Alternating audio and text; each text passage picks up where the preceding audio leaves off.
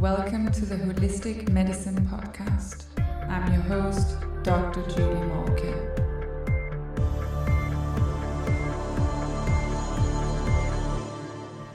Welcome to the Holistic Medicine Podcast. Today we are shooting from Copenhagen, and with me today I have Karen, and Karen Pallisgaard is an incredible author of yoga and meditation books, and you're also a journalist. And today we will be talking about your new book and about your life on a spiritual path.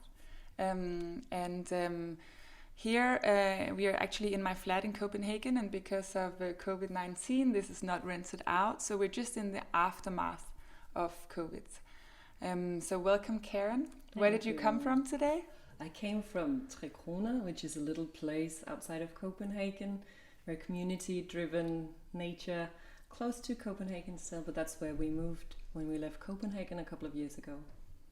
Nice. It's wonderful to have you here. Thank you. You're welcome. So today we will be talking about your book, but first, I was introducing you, and you are educated as a journalist. Yeah. You've written a lot of books. Yeah. You have studied to become a yoga teacher in a lot of different directions, right? Yeah. You also are a meditation teacher, and you study psychotherapy. Yeah. So I would say you're a bit of a wonder child. You're also a really dedicated parent, I know. But who is Karen? But isn't that funny? Because when you say wonder child, there's an inner child inside of me that goes, no, really? I don't believe that.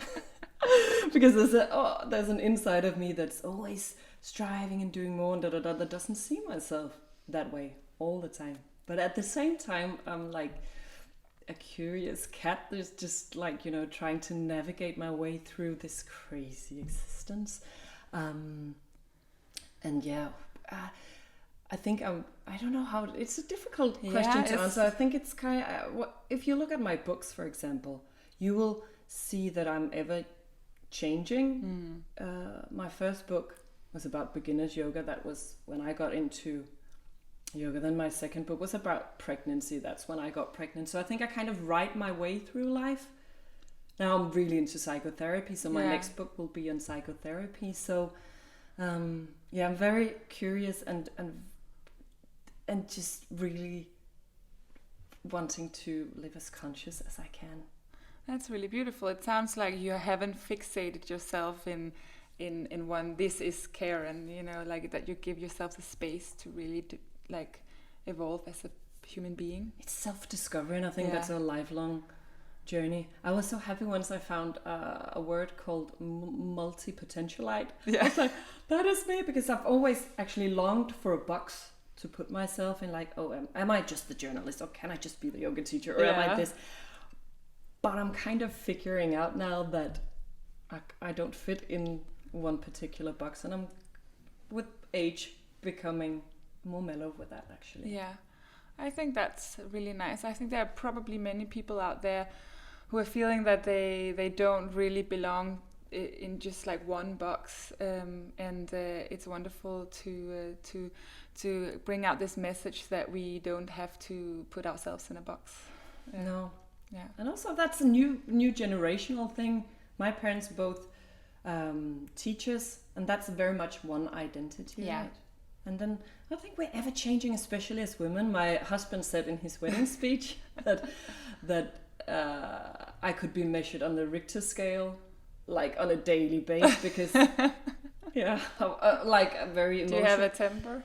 A temper, but very emotional. Very emotional, and that's one thing meditation actually helps me with, to be a little bit measured on the Richter scale. Yeah, very emotional, and that's why I also say like ever change, super sensitive. And so meditation and yoga have helped you with this. I would say it's a necessary means to maintain my mental health, actually. Yeah. Well, and as you said, you've been writing 7 books, so a lot of different books about yoga and meditation, and also this concept of slow living. Yeah. which is really needed in our modern society. But your newest book is Hverdagsmeditationer in Danish, and that means everyday meditations. Yeah. I haven't read the whole book. I've read in it, and I really love it. It's full of like great tips and tricks. But who is this book actually for, Karen? Like it says in the title, everyday meditations. Also like everyday people, all us ordinary everyday people struggling to get life to everyday life to function. So because in my book meditation is for everyone, and that's the message that I'd like to put across, because it can easily be depicted, whether in Instagram or in women's magazines or old books, as if meditation is very exclusive and you have to go to the Himalayas and sit in a cave or go on a retreat. But we are all born with the innate ability to meditate. I would actually say that it is our natural state. We've just forgotten it and need to come back to it. And but the audience that read my book are just like myself, an everyday woman that like juggles work and children and so it is for everybody. How was it to write the book? It was actually harder than any of my other books. I think it correlated with my pregnancy and postpartum, and also meditation is more difficult to put into words, as more difficult than slow living or yoga, because the state of meditation or the experience of meditation is in its nature non-dual. And as soon as you put something into language, it becomes dualistic. So do you want to explain the dualism for the listener who doesn't really know that concept? Yeah, so it is when you meditate, for example, I am the subject and I meditate on an object, which could be my breath or a mantra. And that gives a subject-object relationship. That's practicing meditation, and that's basically also the way that we live. We are a subject and we see the world as objects for our subject. But when we go into meditation, or I think it's the same if you have really deep sexual encounters or deep relations, like when I look into your eyes, we can go into that non-dual state is where I become you, or I become the meditation. There is no separation. So in the non-dual state, there is no separation, but as soon as I start describing it, meditation becomes an object for me to describe. It's something I put outside of myself. And also it's been interesting diving into the science of meditation, because there's so much science. It's incredible how much there actually is. So I've tried to, I've deep dived into that and then pulled out the most important parts and trying to communicate that in an everyday language. Also, like you could do a huge philosophical work on what is meditation. That's not what I'm here to do, but I'm still, presenting a bit of Buddha and just to give a philosophical background as well to what meditation is. And so it's been very interesting and very educating for myself as well, bringing in my own experiences of meditation and then the outside knowledge of what meditation is and what it can do for everyday people. And it's wonderful that you bring forth this concept of non-dualism, or like oneness, because that is really this experience-based realization that you get when you get deeper into to sort of like having a meditation practice where you realize that you can be, your mind and your body and your spirit can be one. It don't have to be this separated existence. That's wonderful. And also I think it's great that you are bringing in the science, because meditation in my book is in my view is a treatment which is as good as many medical treatments, and science can really back this. It has so many benefits on mental and physical health. And that's the next question, actually. So, would you like what are the benefits of meditation? Why should we meditate? Well, actually, the science shows that within, I think, just 5 to 8 weeks, you can actually see severe changes, positive changes in the brain, new neural pathways. But of course, we don't meditate just to get new neural pathways. What that does is actually develop our sense of oneness. It lowers stress. It balances our immune system, our nervous system. Yes. It helps us focus, become more aware, more in the present. It can even better relations. So it's just not, I'm often asked the question, isn't it just selfish sitting there and meditating? Now it's selfish not to do it, because I do it not for me only. I do it for the community that I'm in and for my family. So it is, as you say, everything from like physical blood pressure, heart rate, mental health, it can help lower depression, anxiety, stress, and then on a greater level as well. I think in society it's important on so many levels, because in a world where we just super fast, living in the fast lane, it can help us slow down. And in the end, the great thing is that it helps us live better lives. And like, I don't meditate to get better at meditation. I meditate to get better at life and living. And I believe that a good life is a conscious life where we are present. And but like I list on the back of the book, there are so many particular, like, more creative, more focused. There are. Actually, I think you could probably find a study for everything that meditation does. There are all sorts of positive benefits. But in a way, you could say that meditation makes you better at everything. In a way, What a wonderful thing, and it's for free. Yeah. And you're born with it? Yeah, you're born with it. Yeah.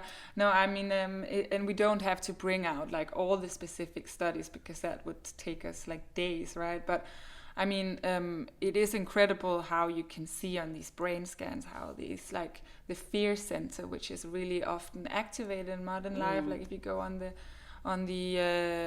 train, like on the tube in rush hour, or just even like sitting on work, when you have that narrow focus and like your amygdala, the fear center is so active because we have so many stimuli, and when you kind of like meditate over a longer period of time, you just decrease activity there. Yeah, and the reactivity as well. Yeah, exactly, and you help regulate it as well. Like your sort of logic brain is just becoming like way stronger and better at sort of like regulating your emotions. And and it takes us from the little brain to the bigger brain, right? And this is also where our center for compassion is. So it enhances our compassion for people. I'm like, I can't think of a more important thing in the world we live in right now. No.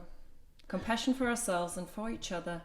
And like I said in the beginning, with the Richter scale, me being very emotional, that's very unregulated. That's an unregulated nervous system, right? So for me to help maintain a healthy marriage and be in a proper mom, I need to take responsibility for my own reactivity and regulating of my nervous system, and that's my emotions. A lot of things start in the nervous system, right?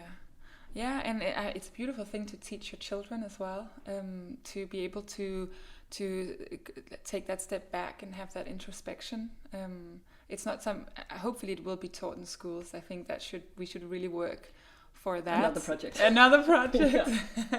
Yeah. I write this in the book as well, that I talk to my daughter, who's now 5 years old. Like I'm trying to teach her to speak her inside. Like when she gets angry, I'm like, okay, so I can't do that in the moment, but afterwards, where do you feel the anger? It's like a big black fist in my stomach, and I'm like, to actually get familiar and comfortable with all these emotions. And that takes a parent who can stand in herself or in himself and not get too blown away by big emotions. And in that way, children are amazing mirrors. So really, to round this up about what meditation can do, obviously it can probably benefit most physical and mental sort of conditions and problems. But I would say that it's great to just look at it like you look at exercise, and most people and diet.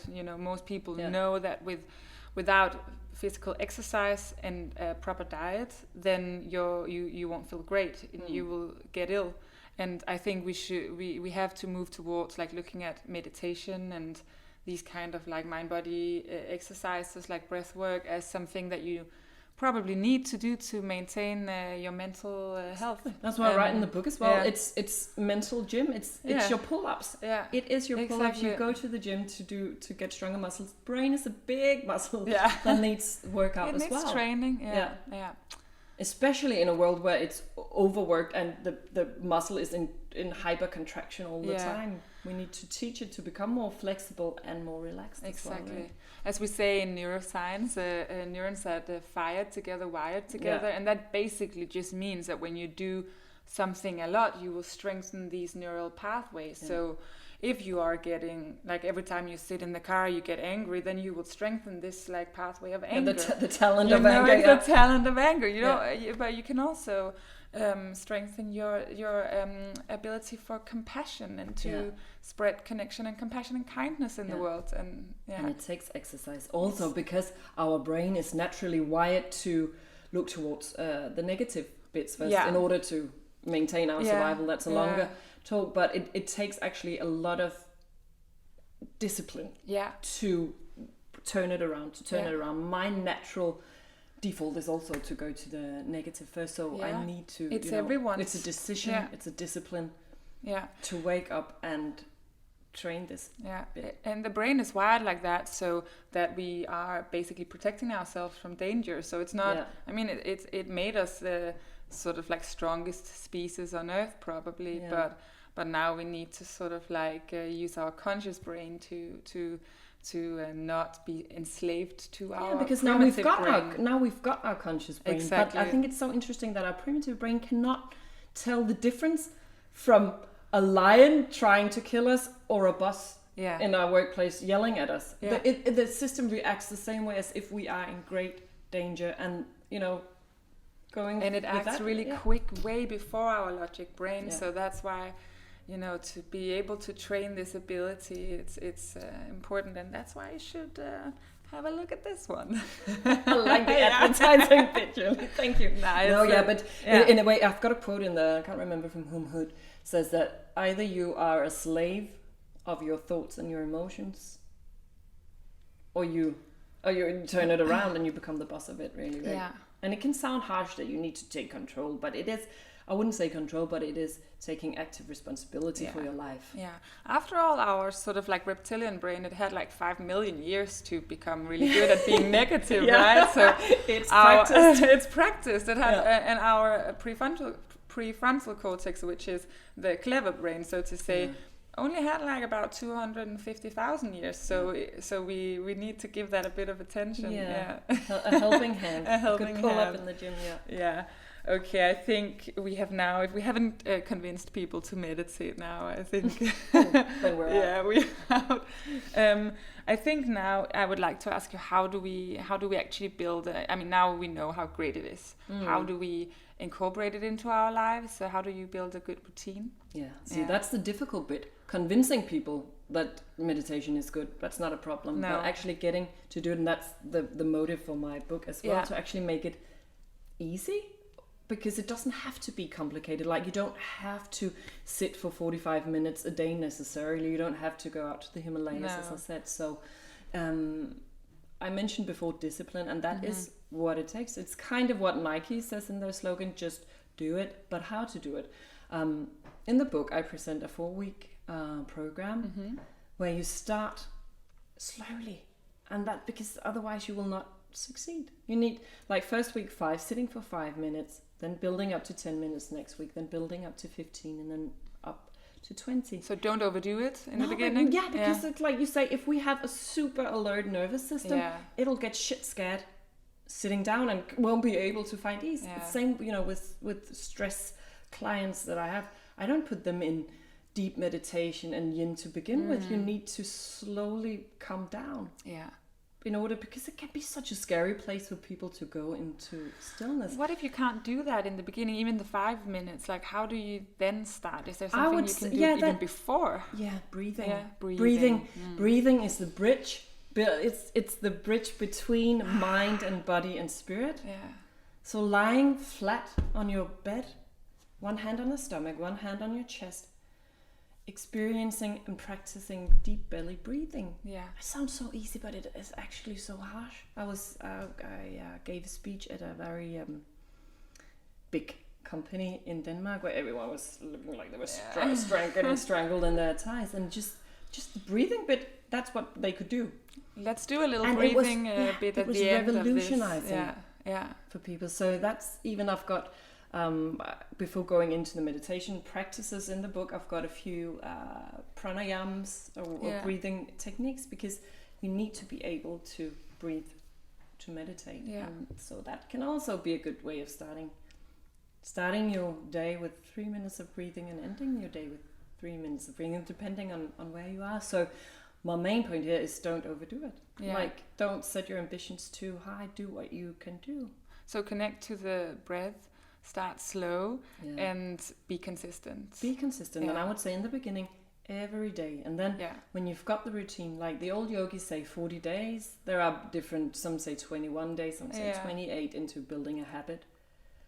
But as soon as your system gets into the habit, it's just like brushing our teeth, right? This is mental toothbrushing. Yeah, I can't do without it. I mean, like, I'm a terrible person if I don't meditate. Yeah, and we would have bad breath if we didn't brush our teeth, right? Exactly. So it would be really smelly mental hygiene if we don't meditate. That's where you catch on to when you've been meditating for a while, right? Yeah.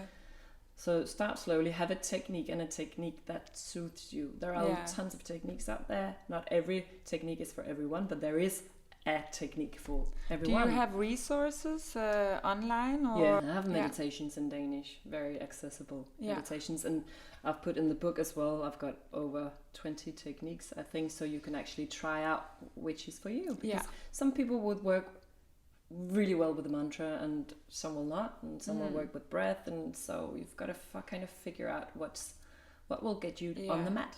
Yeah. And the same with finding a teacher, like finding a meditation teacher that will actually motivate you enough that you want to do this. Yeah. Do you have you ever used any of the apps out there? I did Headspace once. Me too. Yeah. It's very my husband did that and actually introduced me to it. So that's the only meditation app that I've done.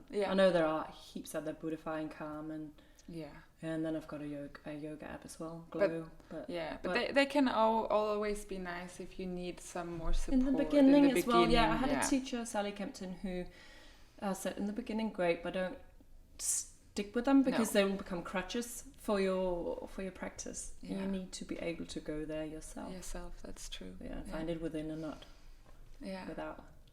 Well, okay, I think that we also went over some good tips, and of course just do it. Just start. Now I would like to ask you a little bit about your own journey, because you've been doing this for quite a while now. But how did you start? What was the initiation? Start with meditation. And okay. yoga. Yeah, meditation actually came before the physical yoga practice. Okay, so I think 13 years ago I was in Vietnam traveling with my mother and brother, and I saw all these Buddhist monks out there. You know, just the look of it would kind of make me cry. They were walking so tall, so slowly, with this small smile on their face and their eyes that were just like eternal love. When I went to visit the temples, beautiful. And I was like, wow, if I could subscribe to just a dash of that calmness and that luminosity, oh wow. So that inspired me, and the joyful wisdom. And the calmness, because I had no ease in my life whatsoever. My nervous system was like this, and on that same trip a breakdown happened for me that I was reading, like a crime book, which is quite big here in Scandinavia. And there was a girl getting sexually molested in that book. And that brought up my old trauma, which was that I was molested by a teacher when I was a teenager. Sorry. That's okay. But I had never, he kind of threatened me never to speak to anyone. He was later, luckily, arrested for pedophilia, but I never spoke up. Until that, so I had been suppressing that for age 14 till 28. I was at that time. That's a long time to suppress. It is. I mean, we know what that does to health. So reading this book, it just came up, and I think because I was in these surroundings with so much serenity, 14 years of tears just started coming up, and I called my then husband and said, this has happened once, and I think I may need to talk to someone. So when I flew back, I started seeing a psychologist, and this put me on the path. So I started going to a Buddhist monk here in Copenhagen at the same time as I went into therapy. So you could say that my breakdown became my breakthrough. Yeah, I was age 28, and actually I've heard in the spiritual community and also in Waldorf schooling where my children's at, they talk about spiritual nuts every 7 years, and especially around age 28, a lot of people have something happening that will be life-changing. Age 35 as well, 42. So that brought me to my knees and put me on the path. It's the initiation through suffering, which I also talk about a lot in and I think actually that's what a lot of, at least the people who come to me, they don't come because they're all woohoo, jolly happy in their lives. Why would they go meditate if everything was just jolly good? They come because of pain. Some come to yoga because of back pain. Meditation can become because of some sort of mental or emotional pain, but I see so many people suffering, and I think that is the initiation to going deeper. Going deeper. But also, Karen, aren't we all gonna encounter pain during our lifetime? It's impossible. I mean, otherwise you're just suppressing it. We need to, as a human being, we need to accept that life is as much pain as it is joy, and that's the whole Buddha teaching. It is both. It is everything, and we need to actually let it be that way. And in a society where we are striving to be healthy, happy all the time, it is so dangerous not to be able to look into the darkness and being with the pain. It will make us very, very ill. For an example, like me suppressing my assault, your trauma, for 14 years. I started having bladder infections. I had them for 14 years. The doctors didn't know why they kept coming, so they put me on antibiotics for long periods of times, which of course screwed my system a great deal. But when I started speaking about it, when I started meditating, my bladder infection stopped. I could, it could flow through the system. And you need to not be able to be with the pain. And when you work with mindfulness or meditation, there's a huge element of acceptance. Like acceptance is one of the most important parts of being able to meditate, right? And I think because if you have discomfort, which we will all have, mental or physical discomfort, that's one thing, but if you start resisting it, that's when you create the suffering. Exactly. And that's why a lot of people don't continue with the meditation practice, because they're like, it's not making me feel better. And there's a misconception that meditation is wellness. It is not. It is bloody bravery. True. To go and meet yourself, because it's not always fun what's on the inside. But rather be conscious of it and live more fully than suppressing and live a suppressed life. I think that's really wisely said. So where did the journey take you from there? You don't have to this will be a very long podcast, just the most important milestones. Well, it took me to a major stress breakdown. I went into depression, I went into anxiety. I woke up got to get familiar with my ideals, my values in life, which led me to divorce my then husband, led me to quit my then corporate media job. Wow. Led me to a book contract, go travel the world, or travel Bali in India to basically discover myself and dive into yoga and meditation, which led me in the end home to myself. At least at that point, I think that's a lifelong journey. And that led me to be able to find love that was healthy for me, which led me to 3 months after meeting him, we got pregnant. Yeah, I got pregnant. And so that's been a catalyst into motherhood and moving away from the city, which I never thought would happen, but into nature. So becoming more into nature, more into conscious, courageous living with all the pain that includes, because it's not fun and wellness. No. I think it's great to hear this story as well, Karen, because I think that a lot of people, if they sort of like follow your life on Instagram or read your books, maybe they think that, you know, wow, this is just the dream life and that was just there from the beginning. But just to hear like what you've been going through on the journey there, and that obviously it's still not just only lavkage or like a lerkage, as you say in Danish, where, I mean, there will always be sort of like these problems that you will have to face. There will always be pain, and what I'm coming to terms with, not have come to terms with, what I am slowly coming to terms with, is that I will, you know, you will never arrive at a point where you say, now I'm whole, now I'm free of trauma, because the deeper we work, we'll just take in ancestral trauma to look at that. So it's a never-ending story. And I would say in my books and in my communication, basically, I make a great deal out of portraying reality as it is. Like, I'm not afraid of talking about my trauma and my stress, and also because I think it's very necessary to meet each other in eye height, or whatever you say it. And, with honesty. Reality. There's no shame in having stress and, you know, anxiety attacks. I have them still. Less and less, but I have them still. And I think it's an important lesson important point to say. You will never necessarily be totally free and happy, but it is dealing with them, being able to navigate through them, through life's ups and downs. Not getting scared of them, but standing in the storm, right? Saying, knowing this too shall pass. And I am not. And that it will pass easier if I can actually accept it. I mean, like, we're talking about this kind of journey, but is there actually a destination for you?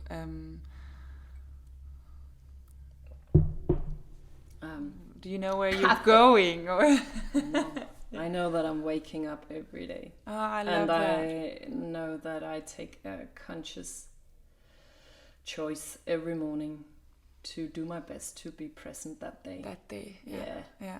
And keep my breath in my nose, my feet on the ground, my hand on my heart. Yeah. And if I was presented with this life that I lead today, 15 years ago, I would have said, what a fucking boring life you ended up living. But now, like, my big ambition is to take my children into the forest in the morning, and we look at spider webs and look into little leaves and stuff. And beautiful. So it's a very simple life, but it's very difficult as well. It's a very actually big ambition to try to stay present. And not be overruled by societal expectations and also comparisons. Like when you go on Instagram, like if I have a very tired day, I can look at my friends in Bali and say, oh yeah, you could live that way as well. Should I go to Bali? You know, so it takes a tremendous amount of decision making to stay conscious and practice. And I think my children are my big anchors into that. I love that you say this about not comparing. I actually just this morning when I did my meditation, I always do a little sort of like prayer with little affirmations, and when I do that, I change it every day depending on how I feel. And today I was just saying like that I should know that I am perfect as I am and not compare myself to others. And I just think it's so hard with our society not to do it. And it's a great point to sort of bring forth that your unique life is exactly as it should be, and that's like the only way to be in the present moment, right? Yeah. To take our senses back. The comparison starts when we look at everyone and we like everything through the eyes. We see all the ads and all that. Yeah. If we can come into stillness, like you say, to every day. Core. Yeah. Beautiful. So of course I have plans. Like I've already planned my next book that I want to write, but I am not ruled by it. I could die happily, honestly, tomorrow, knowing that I've accomplished what I've wanted to do, which is to love. Beautiful. That's what I've come here for, yeah. And now I would like to move on to one of the last questions, which is, I would love to talk a little bit about COVID-19 and sort of the effects that it had on many people, where I hear from so many of my friends and family members that they say that it's been actually really great to have this slow life forced upon them, like this break in their really, really busy lifestyles. How do you think we take that with us, like after, what happens after COVID? If you want to stay on the slow path, you've got to make a very conscious decision to do that, because just walking out on the street, you'll get turmoiled into the speed again. So to stay conscious, you need a consciousness practice, a practice of slowness, which for me is meditation. It can look a lot different for other people. It can be walking in the forest, but I think we need a daily anchor and a daily decision making. This is the way I want to live. And slow down, your calendar, make less appointments, start walking slowly, start talking slowly, start eating mindful, do everything, make everything into a mindfulness, slowness practice. Even you can write slowly on the keyboard. Turn your phone off for an hour, or how much you can handle. There are so many, I've written a book about this, Langsom livsstil, the art of calming down, actually, because it can look different for a lot of us, but I think we need a strong anchor in ourselves not to get winded away. So the key is actually to make a conscious choice. To make a conscious choice every day. Every day, Stay true to your values. You don't need this to be forced upon you from the outside. Now you've tried it. It was for some interesting opportunity to actually see what happens in stillness. Yeah. How do I deal with it? I think for a lot of people, they can't wait to get back to normal life, because it's, for them, in many ways, very hideous, lonely, and it's brought up all sorts of stuff for different people, right? But I'm sure it's probably not everyone who enjoyed the slowness and what that brought. No, and not everything is for everybody, but for those of us who want to stay in the slowness, stay. What have you learned from this period? I've been in a container at home with my 2 little children, my husband, and what I did was, when the kindergartens opened up again, I took them out and stay at home with them now, because it was such a dear opportunity to be close before my big one starts school later. So I've taken them home, created this pocket of closeness and slowness and pure presence. And that's a great ordeal as well. Also, it was great to teach that to your children. Time out. And I've actually noticed how little they can endure, and me as well. Went to the circus this week. We did another thing, and it's been too much. They actually get a kind of a social hangover. And so I'm very much into slow parenting as well. So that's what this has taught me even more. Also, COVID-19 was an interesting experience for my partner and I, because being so close all the time brings up stuff. So we went into a very interesting couples therapy over Skype, which is helping us to know each other even more. Great. It really shows how you can like when things are coming to the surface, it needs peace and quiet. They're not gonna surface if you're too busy. You can't heal fast. No, you can't live fast. Can't heal fast. Before we end this, Karen, with the little breathing exercise, I just want to say that I'm looking so much forward to our collaborations. We've got heaps of plans. We are hosting a retreat at the Mindfulness Manor in Sweden in October. Yeah, and that will come online very soon, and yeah, more things in the making. Yeah, definitely. So thank you so much. Thank you, Jill, for sharing all your wisdom. It's been a great conversation with you. I enjoyed it. Shall we just breathe a little bit? Shall we just breathe? Shall we just breathe? Yeah. So wherever you're sitting, unless you're driving a car, you shouldn't be doing this. But I guess if you could either lie down or sit up. If you sit up, then feet flat on the floor. And just notice where your breath is right now. For a lot of us, it's in the chest. And then see if you can just become aware of where your breath is right now.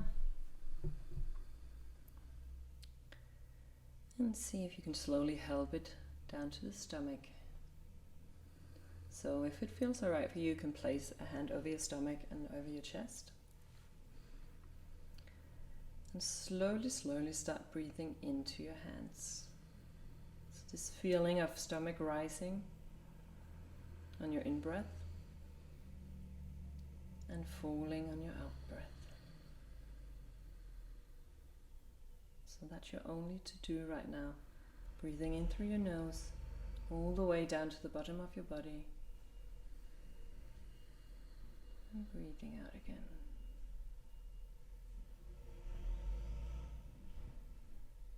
And see if you can fill your whole torso on your inhale. So even maybe get it up below your hand here on your chest. You can lift the breath up, so we take a full in-breath. And then now try to make your exhale even longer than your in-breath. So if you count in, maybe 4 on your inhale.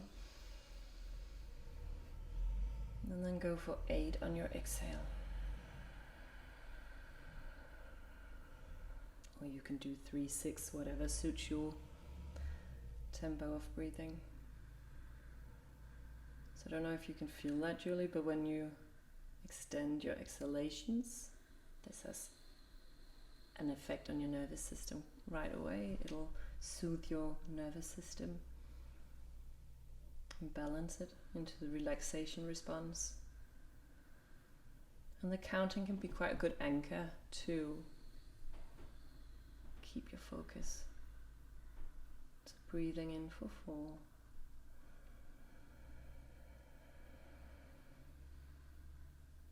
And breathing out for 8.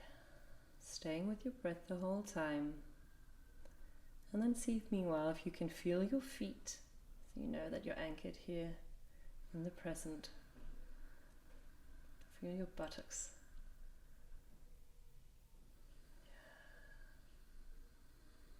And see with your out breath, maybe your shoulders can calm down a bit as well. Relax your jaw. Relax your eyes. We keep a lot of tension in the eyes.